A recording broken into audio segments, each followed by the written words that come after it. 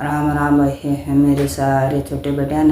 और हम आइए है सुनते हैं एक है सुंदर सी कथा राधा रानी की। इस कहा जन्म है भाद्र महीने में कृष्ण पक्ष की ही अष्टमी को हुआ था।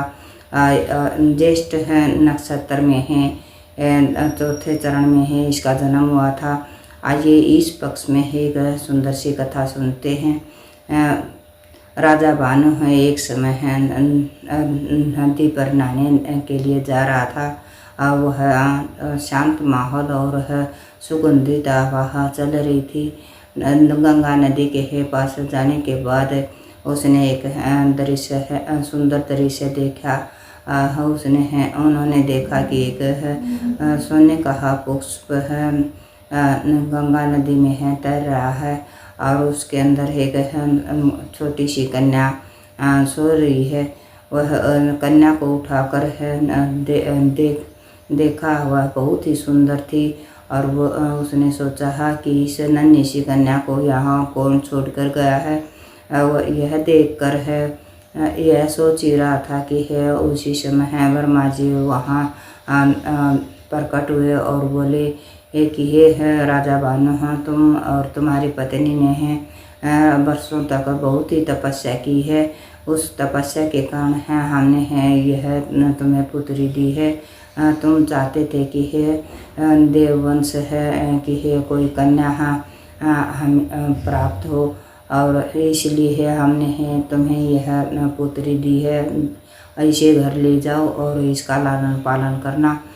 राजा भानु की खुशी का कोई ठिकाना नहीं रहा। वह उस पुत्री को अपने घर ले गया और अपनी पत्नी कीर्ति को सब वृत्तांत बताया और वह भी बहुत खुश हुई और उसका लालन पालन बहुत ही हर्ष और उल्लास के साथ करने लगे। वह कि चंद्रमा की कीर्ति के समान बढ़ने लगी। मगर उन्हें एक चिंता सता रही थी। वह कभी न तो आँखें खोलती थी और न ही रोती थी। फिर इस चिंता में यह देखकर उन्हें बहुत चिंता हुई और वह सोच ही रहे थे कि तभी नारद मुनि वहाँ आकर प्रकट हो गए और उन्होंने परामर्श दिया कि अपनी पुत्री के जन्म पर कुछ प्रोग्राम करो और वह अपने मित्र यशोदा और उसके परिवार को जरूर बुलाना। तो फिर उसने उसके जन्म पर एक भारी आयोजन का प्रयोग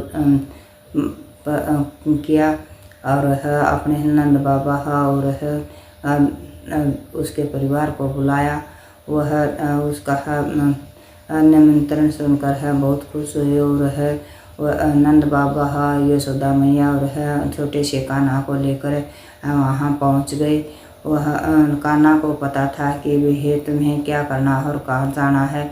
वह अपने घुंघरू खड़काते हुए वहाँ पहुँचे जहाँ राधा का रानी सोई हुई थी पालने में। वह उस राधा रानी के पालने में जाकर देखने लगा तो राधा रानी को उस की सुगंध आई और उसने मन में सोचा कि मेरे प्रीतम आ चुके हैं कृष्ण कन्हैया। उसने झट से आंखें खोली और कृष्ण को देखा। उसने पहली बार अपनी आँखों से कन्हैया को देखा था और फिर वह रोने लगी। उसके राजा भानु और कीर्ति को ने पहली बार उसे आंखें खोलते अपनी पुत्री को आंखें खोले और रोते हुए देखा। इसलिए वह बहुत ही खुश हुए और उसे देखकर बहुत खुश हुए। दोस्तों राधा कृष्ण सांस है तो राधा आत्मा है।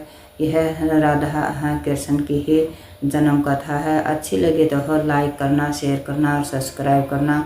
जय श्री कृष्ण की जय हो, राधा रानी की जय हो, सच्चे दरबार।